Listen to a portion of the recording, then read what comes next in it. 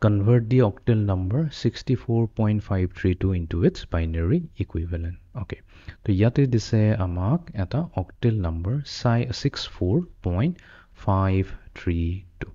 আছে হেতু হৈছে এটা অক্টেল নম্বৰ হেকানে ব্ৰেকেটৰ ভিতৰত ৰাখি পেলাই আমি সাইডত ইয়াতে 8 লিখি দিম আৰু আমাক কৈছে যে এই অক্টেল নম্বৰটো ইয়াৰ বাইনাৰি ইকুইভেলেন্টত কি হ'ব হেতু আমাক সুধিছে ওকে তো এতিয়া আমি কি কৰিম নম্বৰটো আকৌ লিখিলো আমাৰ অক্টেল নম্বৰটো 64.532 তো ইয়াৰ কাৰণে আমি এটা বস্তু মনত ৰাখিব লাগিব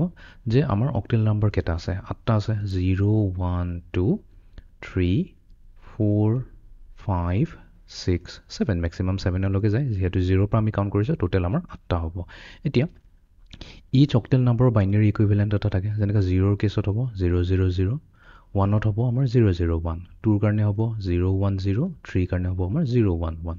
next 4 ৰ কাৰণে হ'ব আমাৰ 100 5 ৰ কাৰণে 101 6 ৰ কাৰণে 110 and 7 ৰ কাৰণে 111 এটা যিখিনি লাগে আমি তাতে